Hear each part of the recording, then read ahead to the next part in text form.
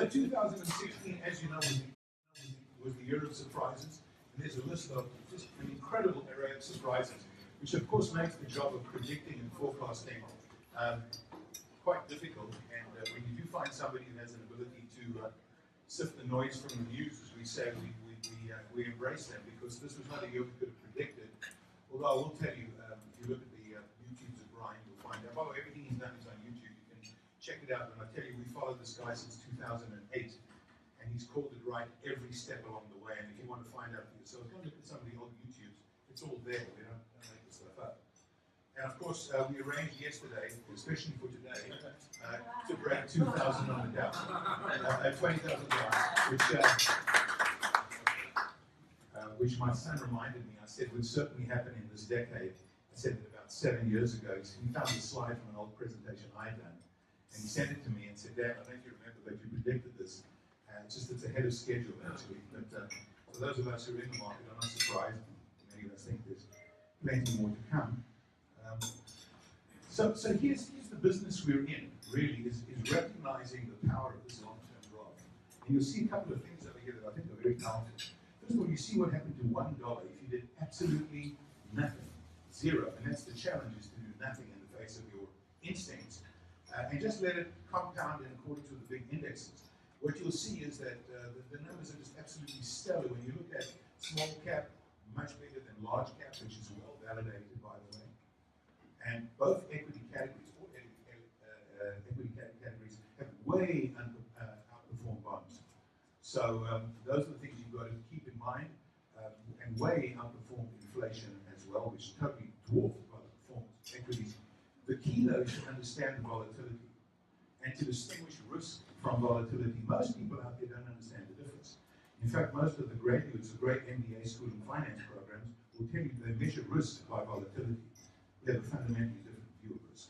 We think risk is the opportunity or the possibility of permanently losing capital, and we see volatility as the market simply periodically overvaluing and undervaluing a group of great businesses. More of that another time. So the core is stock picking and market timing don't work for most people. And I've got a whole bunch of things over there. Barron's 2015 picks lost 6%. In 2015 versus 2% for the S&P.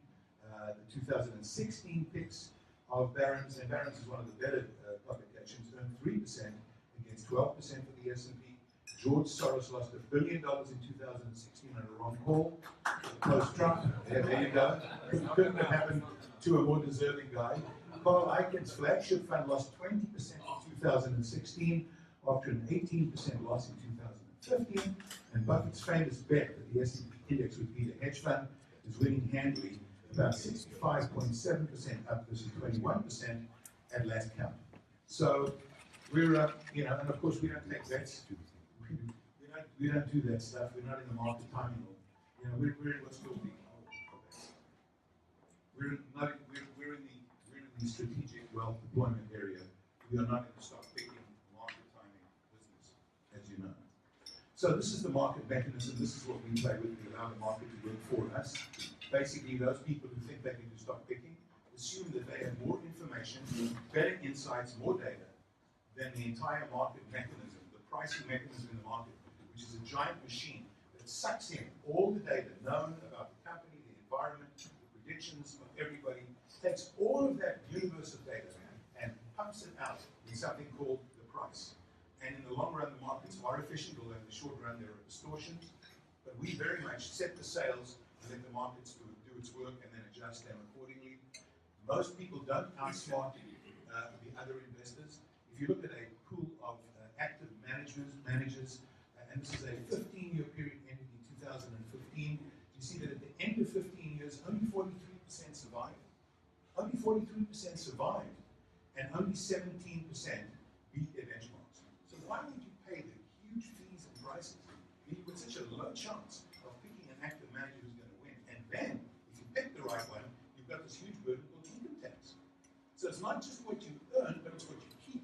And many of you, if you ask your CPAs, will find out that your funds produced huge taxable gains. That's a big, big cost, which most people don't take into account. The way we design portfolios, most usually much of the gain is completely free of current tax. So if you compound in a tax-free environment over long periods of time, the result is dramatically different from harvesting a haircut off your portfolio every year to pay 40 or 50% of the gain that's realized to Uncle Sam and Sacramento. So what we do is that we basically let the market work for us, and we position assets to participate in a dynamic way. But you have to understand the biggest problem we face as investors, that we're genetically wired to be bad investors. I come from South Africa. If you go into the wild, you will see when animals feel comfortable, they herd. When they sense danger, they flee. Most people are happier buying into the market at 20,000 on the Dow than they were at 7,000 on the Dow. It's just the way it is. When people are sensing danger, they all run. And when people sense that it's really comfortable, they all pile into the market. So there is a whole series of mental errors that people make, but basically it all boils down to don't follow your instincts. They're the biggest enemy you have, and the chief job of investors is to suppress their instincts that will almost always lead them astray. And so you don't react to emotion. That is the key. The word that Charlie Munger uses for the correct mental outlook for equity investors is equanimity. Don't react with any feeling. Joy and elation are both dangerous. Clients call us and tell us how happy they are with their results. We tell them, please, don't be happy. Don't be happy. It might encourage you to do the wrong thing. And so we're always what we call counter-cyclical educators. When the market's doing really well, we're tempering the expectations. Don't worry, trees don't grow to the sky, as Warren Buffett says. This won't happen every year, cannot happen every year. It's great that it happens. Please don't react. And of course, when the market's not doing well, we tell them, don't worry. If the market loses 1,000 points on the Dow every day, in 20 days we'll be out of business. So, we're counter-cyclical. I have this actually, this slide up at the back on the board. This is the first trust slide, and it talks about how the market rewards discipline. And it takes a 15-year period and shows you how $1 became $48 if you just had the ability to sit through every one of those cataclysmic news events. Every one of it shook people up. And the masses out there were frantically selling and predicting and forecasting. Those people who sat buckled in for the bumpy ride were handsomely rewarded. That slide is actually available when you pick up breakfast or a second helping of your breakfast, which I hope you will do. You'll see the slide out there. It's worth taking a look at it because it's a lesson in staying, as I said, buckled in for what is always a very bumpy but rewarding ride over time. This is the dangers of stock picking. If you miss the best, this is what happened if you don't have to look at the numbers, but if you held for an entire period, which is 1970 to 2015, the first blue line, and then if you missed the best 1 day, 5 days, 15 days, 25 days, if you missed the best days, you were absolutely cream. That's the risk of market timing. You can miss out on those spurts, which you never make up. Reading the headlines, following the newspapers is really, really a good contrarian indicator. It's a good reason to do the opposite. The most famous one is the Death of Equities Business Week 1979.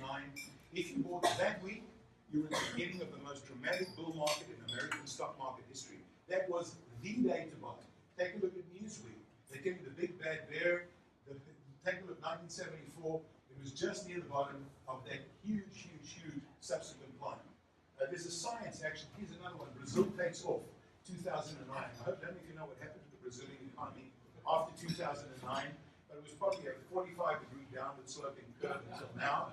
So that was Brazil takes off. It did, but not that way. It was a vertical explosion. It was a horizontal explosion, not a vertical liftoff. And of course, Money Magazine, February 2000, a month before the crash, talks about how hot the market is. Take a look at what happened to the NASDAQ right at the time they made that prediction. It's actually unbelievable. There are academic studies. Here we go. In the Financial Journal, a cover stories effective contrarian indicators. And this is the stuff you guys are reading. You're probably watching Jim Cramer, and which is the icon of everything we don't do.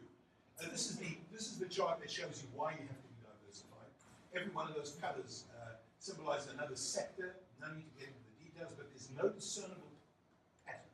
So everybody who tells you the next year is going to be one for small cap, big cap, mid cap, foreign, it's all nonsense. Press the delete button and move on. Nobody knows. There's no way to predict. None at all. There is no discernible pattern, and all it takes to find one and fail. So what is the RVW wealth system? Basically, we set the sales, and that means incorporating the factors that have historically outperformed. That is the key. We don't know what will perform, but we know that companies that are smaller tend to do better over time than companies that are larger. Companies that have a value orientation rather than a dramatic growth orientation tend to do better over time. Companies that have demonstrated strong and growing profitability tend to do better over time. Companies that have exhibited momentum in their business and their price have done better. Companies that pay dividends that are growing tend to do better. Companies that engage in aggressive buybacks tend to do better. So those are the factors that we overweight. We are broadly diversified. That's what we believe. We want to be plugged into the broad market and then tilt towards factors that have historically outperformed. That is what we call the science of capital markets. It's not about judgment. It's about what works. And by the way, every one of these factors should intuitively appeal to you as a factor that ought to affect markets. And if you have any questions about that, I'll be happy to discuss them afterwards. Secondly, we keep costs to a minimum because that is the headwind that messes everything up. You just simply cannot take huge amounts off for many undisclosed fees and costs. Many of the funds you're in have costs deep underneath and hidden in the net asset value calculation. Most of them, in fact, all of our new clients have no idea what they're actually paying in all. All they know is what they're paying their manager, but every fund they're in has its own set of fees, costs, and charges with multiple different names. Almost impossible to look it up. And we have Stefan Sobel, I'll introduce you to a little later, who is a refugee from one of the big firms. And we call Wall Street, by the way, the red light district of Manhattan. So for good reason. We redeemed him, and also, there's Lauren Gieses also. You'll meet them later. I'll introduce them. Lauren's also a refugee from the dark side. These guys can open up the hood and show you what's actually going on. And then we let the wind do its job. Position the sails, position the yacht, and let the wind do its job, and then adjust the sails as needed. That is basically the work that we do.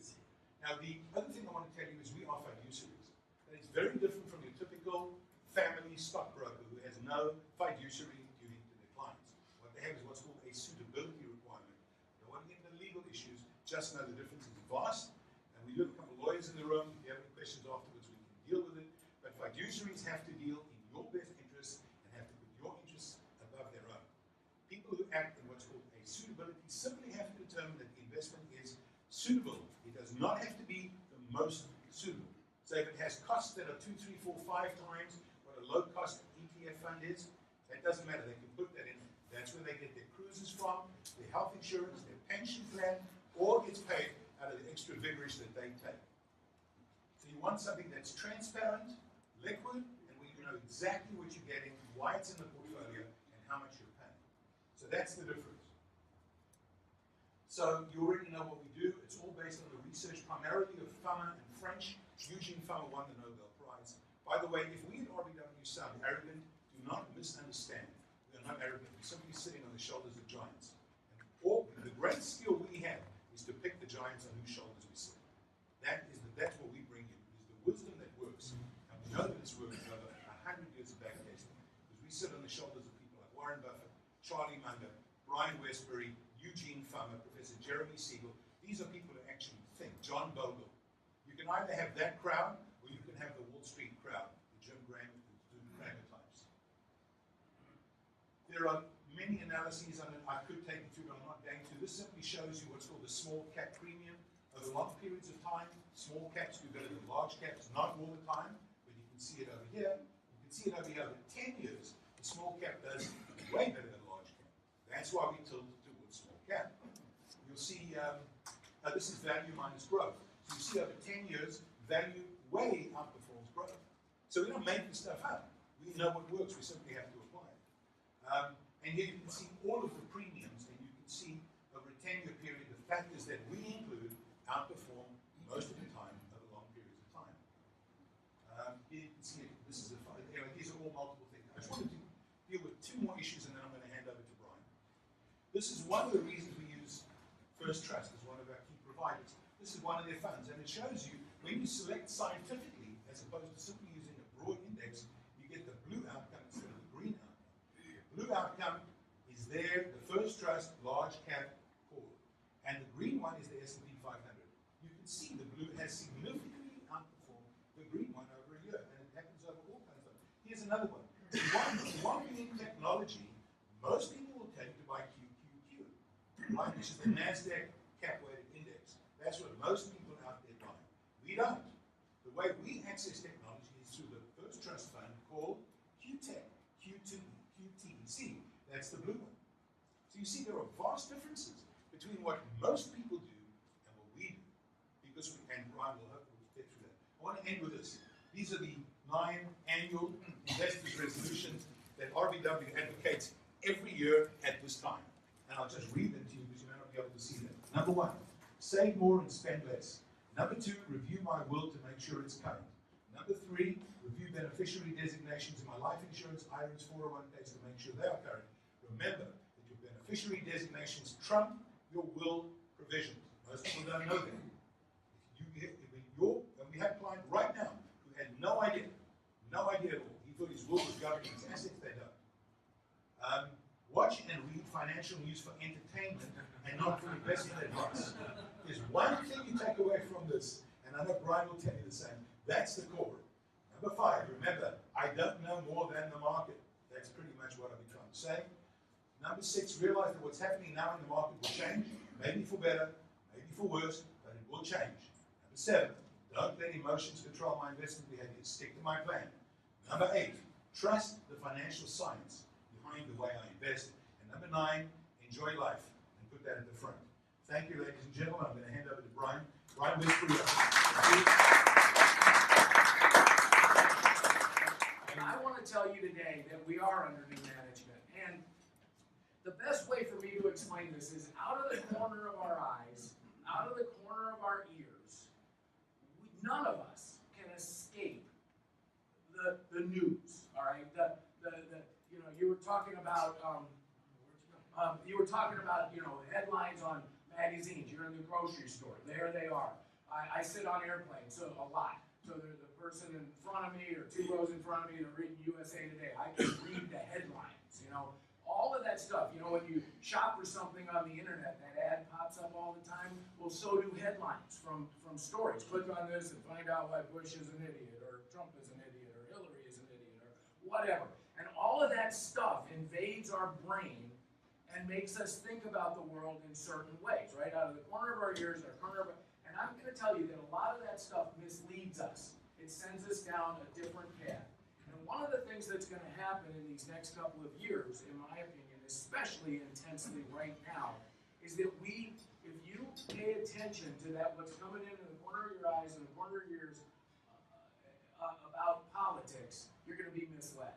Right? Part of it was about whether Brexit would happen, part of it whether Trump could actually win, right? Nobody said it could happen. The establishment and the elite said no way. And also, with Trump resetting the world. I mean, look at the stuff with Mexico, right? And you can decide to be really terrified, and the elites and the establishment are terrified by this because it disturbs the world order that's been set up for decades and decades and decades. But no one knows how we come out the other side. No one, all right? And in fact, I think the world should be reset. And just because you have a tough time living with chaos doesn't mean Donald Trump does. In fact, I think he loves chaos, all right? During the campaign, at some points, I was like, I think I see his strategy. I think I understand it. During all his business years, he would get people in the other room, and he's either buying or selling a building, right? And he just wants people to go, I don't care. Just sell it to him. I don't want to beat him again, all right? Or I don't care. Just buy it. Let's get out of here. And part of that is going to go to the White House now. It's going to seem crazy because we've always tiptoed carefully around the world and trying not to upset anybody. But we do need a reset in many, many respects. I'm going off down this tangent a little too much, but I've been thinking about it a lot the last couple of days. But, if we pull back from NATO and the UN, what are the establishment going to say? It's going to sound just like when Brexit pulled back from the EU, right? Or when the UK pulled back from the EU. The world's going to fall apart. We're going to have a recession. There's going to be nuclear war. But if we pull away from the UN, or NATO, what are the UN and NATO going to do? They're going to come after us. We're the #1 funder. The world doesn't work without us. All right? They're going to come after us. All right? And so this idea that if we pull away, the world's just going to blow us off, they can't. They cannot. Right? Mexico can't blow us off. You may not want to meet right now, but I guarantee you the president of Mexico is going to meet, all right? Because he has to. We're too important. Their currency is already falling. Their stock market is already falling. And if he doesn't come meet, it's going to keep falling. And it's not going to be. It's going to be way worse for Mexico than it is for the United States. And so I kind of like this reset. Now I could be wrong, all right? But I'm not worried about this. And what I'm trying to say is, be careful. Try to put a filter up, because what you're going to hear, the establishment and the elite of the NHL told us that if John Scott was a captain, the tournament was going to be a wreck. It was going to be a joke. It was going to be terrible, and it ended up being awesome. Right? Brexit, they told us there's going to be a recession, and we're not having it. All right. And with Donald Trump, they told us the world would, the lights would all shut out, and energy would stop, and it's not happening either. So, having said all of that, one of the things that's happened for investors over the last 7.5, 8 years, and I love hearing, stick to your plan, watch out for emotion, because this last 7.5, 8 years, going back to 2008, lots and lots of people believe that capitalism itself failed, right? Banks got greedy, and they're evil, and they failed. And government had to step in and save us, and it was touch and go for a while, but it finally worked. And that's the narrative that has come out. And as a result, think about this. If you're an investor and you actually believe that free markets and capitalism fail, how do you know they're not going to fail tomorrow? Or next week, or the week after? And you can look at all those charts, but we haven't had an intense period like that where capitalism supposedly failed since the Great Depression. And so for the last 8 years, every week we've been hearing, this time it's real, this time the other shoe's going to fall, this time it's happened again, it's student loans, it's the BP oil spill, it's Brexit, it's Europe going to fall apart. It's every one of these little stories has told us that the world's going to end tomorrow, and it's really tempting to let your emotions take control and get out of the market, and as we've seen from these charts, that's the wrong thing to do. So let's go back and figure out why that's true. And before I do that, I want to talk about this. Last year, one of the biggest things that people talked about was that earnings for U.S. corporations had fallen for 5 quarters in a row. Okay, and if you look at this, there's the 5 quarters in a row. So Q2 of 2015 all the way to the second quarter of 2016. So the S&P 500 earnings were going down, and every time that's ever happened, we've had a recession, a bear market. It's awful, right? It's the end of the world. It's a pure signal to get out. So if you watch CNBC or Bloomberg or Fox Business, they were telling you this all the time, right? I never bought into that, all right? And I'm going to tell you why, and one of the key reasons in a minute. But when I looked at those earnings, I knew that the drop in earnings was caused by energy companies, all right? And energy, remember, oil fell from $110 a barrel to $28. Now, was that because of a good reason or a bad reason, right? Because some people were saying, oh no, oil prices fell because demand for oil and energy fell. And we knew, because we have really studied fracking, that the reason oil prices came down is because we went from 3 million barrels of production every day to 9.5. We were the world's largest oil producer, and we came out of the blue in 8 years. We were a moonshot. And that's why these energy companies had all invested like crazy in fracking. And by the way, that's a good investment. But when oil prices fell, these profits collapsed.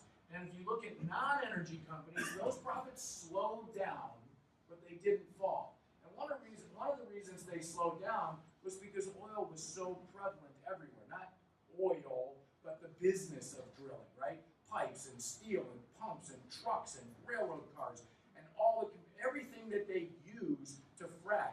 At one point, 3.5, 4 years ago, Texas had more job creation than the whole country did, right, in this recovery.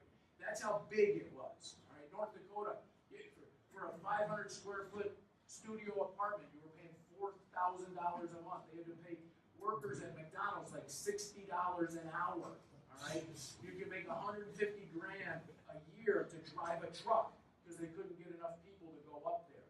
That's how big this boom was. So no wonder when oil prices fell, not only did earnings for oil companies get hit, but so did the rest of the country too, because it fed so much. But that was a temporary thing, and now what we're seeing is a true rebound in earnings.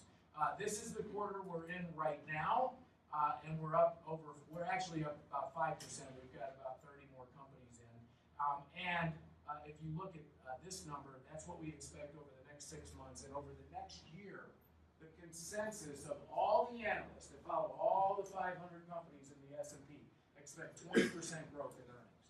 It is a full rebound, and so I feel vindicated saying last year, oh, don't worry about the decline in earnings. It's because of a good reason, not a bad reason, and here we come back. Because I do agree it's very, very difficult to forecast, but if you can actually figure out when you might have a recession, and we'll talk about this in a minute, it is very helpful for investors. Okay, so having said that, let me move on, because one of the things that people, I want to go back to this 2008 period, right? So here's the crisis when the stock market fell, then we bottomed in March of 2009, and we started our recovery, and that's lasted for the last 8 years. So remember this narrative. Wall Street caused the crisis, and government saved us. That's the story. By the way, it's the same exact story that they tell us about the Great Depression, right? And so I want to dissect that a little bit, because it's at the root of a lot of people's fears of investing. And I'm going to tell you, I don't believe it. I actually think government caused the crisis, and entrepreneurs saved us, okay? And let me put it this way. If you look at this slide in the market, every one of those red dots that you see, that's a Federal Reserve Board meeting. And at every one of those meetings back in 2008, they cut rates, they printed more money, they did something, they invented a new program, they used every letter of the alphabet to try to save us, okay? And I look at that chart and I go, man, the more they met, the worse it got. I mean, there's no evidence that they saved anything in there, right? And so, and in fact, remember TARP? When we bailed out all the banks, that's what we said we did. That was TARP right there. The market fell 40% more after TARP. TARP didn't save us, right? The market kept going down. In fact, financial stocks fell 80% in that next 5 months. Right? So what did finally turn it around? And I'm not going to go into this. If you want to ask questions about it, great. But what finally did turn us around is when we changed this little rule called, it's not little, but this rule called mark-to-market accounting. And I believe that rule was the thing that took a problem, subprime loans, and turned it into a crisis. And just before I move on, just so you know, Fannie Mae and Freddie Mac, government entities, owned 76% of all the subprime debt. Not Wall Street, Fannie Mae and Freddie Mac. If it weren't for our government, we never would have had the subprime loan market that we had. They wanted to get more people in houses, and they did. All right? And then this market-to-market accounting rule turned us around, and that's when our recovery began. And if you go back and look, as on our website, we wrote extensively about this rule. And on March 9th, it happened, and boom, we turned around. Now, I found this cartoon because it describes how I feel about all this stuff perfectly. So these are crayon people, okay? So here's the public. Look at that stern look, like something bad happened with these kids, right? Government and free market, those are our two kids. And look at government. He's going, he did it. But look at the color of the crayon on the wall. Government always does this. They can cause a problem right all over the wall and then blame it on the free market. Have you ever thought about this? Why does every government entity have a press agent? Why does the Federal Reserve have a press office? All right. Why does the Department of Commerce, Department of Energy, Treasury Department, all of them do? Does the free market have a press agent? Companies do, but most of the time those press agents are designed to work with the lobbyists and get things from the government. All right. They're not there to defend the free market. And so all those press agents from the government, what they do is they end up blaming the free market for problems. And I don't believe that's true. All right. In fact, I think just watching over history.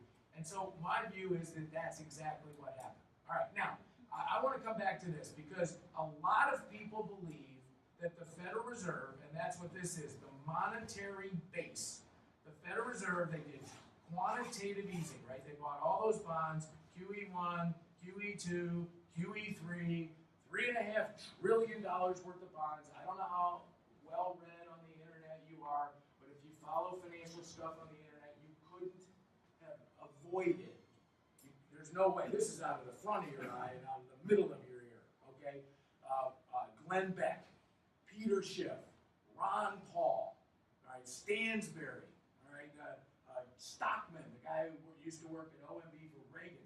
They have all got videos up on the web telling you the world's about to come to an end, all right? And at the end of them, they say, buy gold, get a 30-06, plenty of ammo, all right, canned goods, and move to the mountains, all right?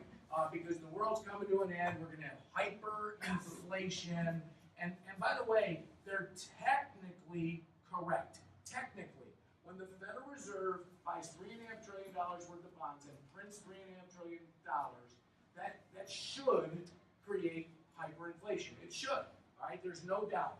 The problem is if you look at the actual size of the banks, and this is what we call M2, it's the money supply 2, it's all deposits in all banks, it didn't grow as fast as this.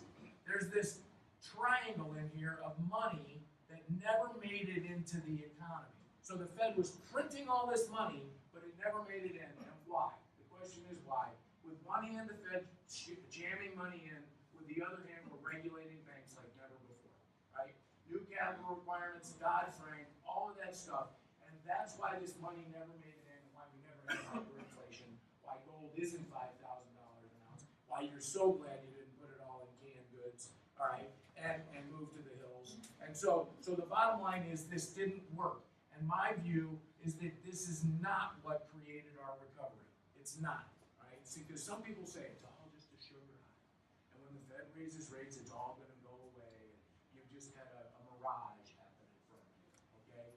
And it's all due to the Fed. In fact, I was with Ben Bernanke about a year ago now down in Sarasota, Florida. Two big crowds of like 3,000 people. He spoke, and then I got to question him for a half an hour. And so he said in his speech, he goes, look, quantitative easing, because he did all this, remember, my press agents told you it worked. No, he said it worked. It worked, all right? Quantitative easing worked. Stock market went up. The unemployment rate came down. It worked. We had a recovery. We bounced back from the Great Recession. And I'm like, okay, Ben, if you're saying quantitative easing worked, why did GDP, our overall economy, only grow 2% a year? I mean, if all this money worked, why did we grow so slowly? And you know what he said? He did. No, he actually said, believe it or not, he goes, oh, that's not my fault. That's not our fault. Businesses didn't invest. That's why. We tried, but we couldn't get them to invest. They're just sitting on all this cash. They're paying back their stockholders. They're doing share buybacks. They're not helping the economy. And we got to fix that. And there was all. And so I'm like, all right, let's take a look at that. Here's business investment. Okay. Now, if there's a key word here, this is real. All right. Now, the opposite of real, just so you know, is not fake. All right. In economics, real means inflation adjusted. And if you look at that, we have never invested more as a share of our economy than we do today. Remember, this is as a share of GDP. Never invested more. So what's he talking about?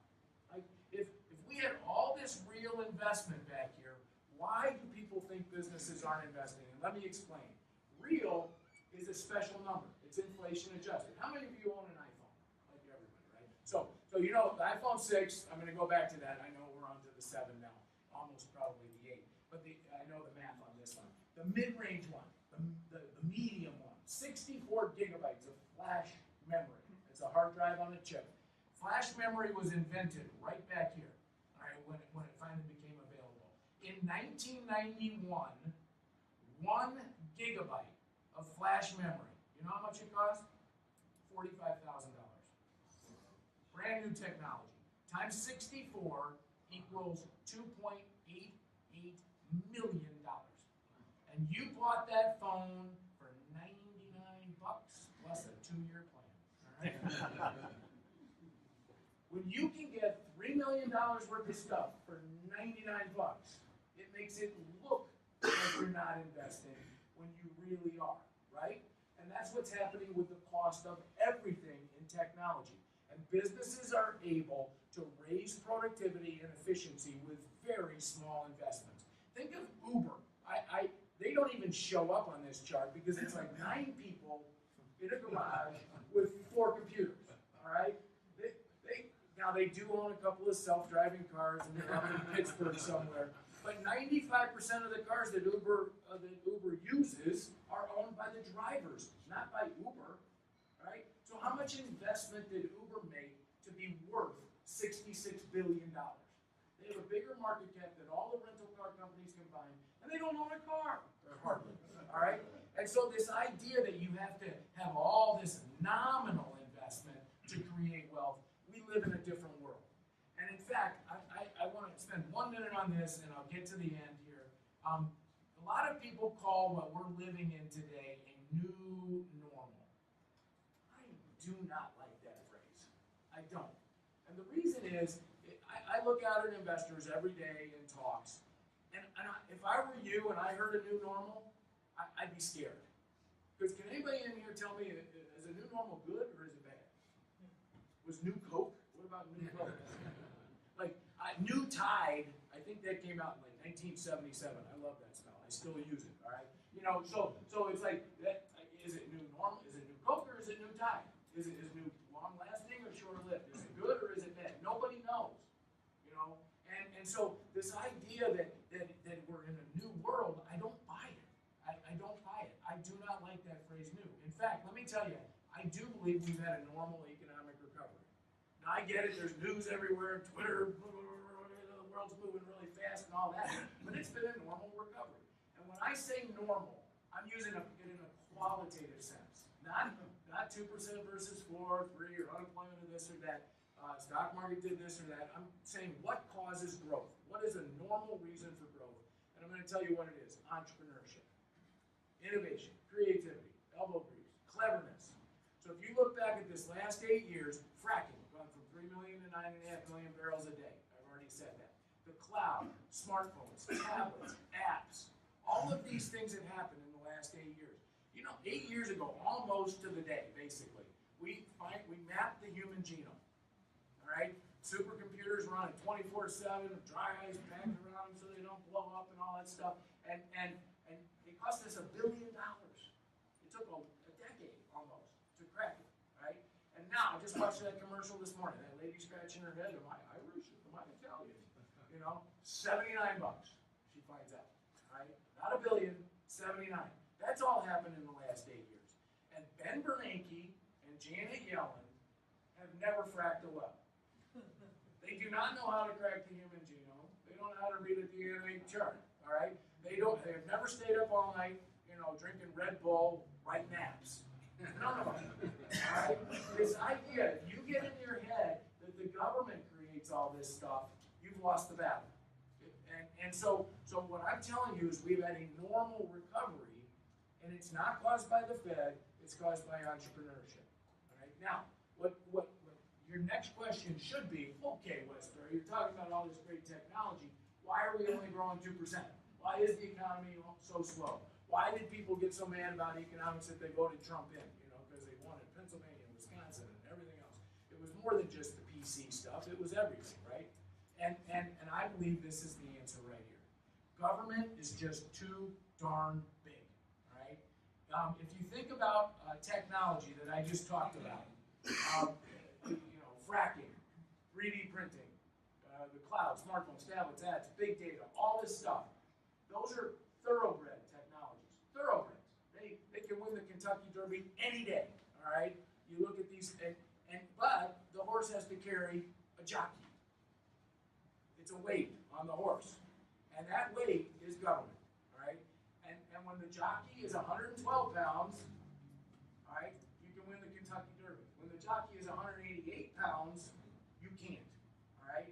And my belief is that our growth in government has made a heavier jockey and made it harder for the horse to run, right? And that's why we're growing at 2%. Now, I want to point out two different kind of periods on this chart. Number one, I want to go back to here. Now, this is non-defense spending, and some people are disturbed by that. I'm not trying to play a game.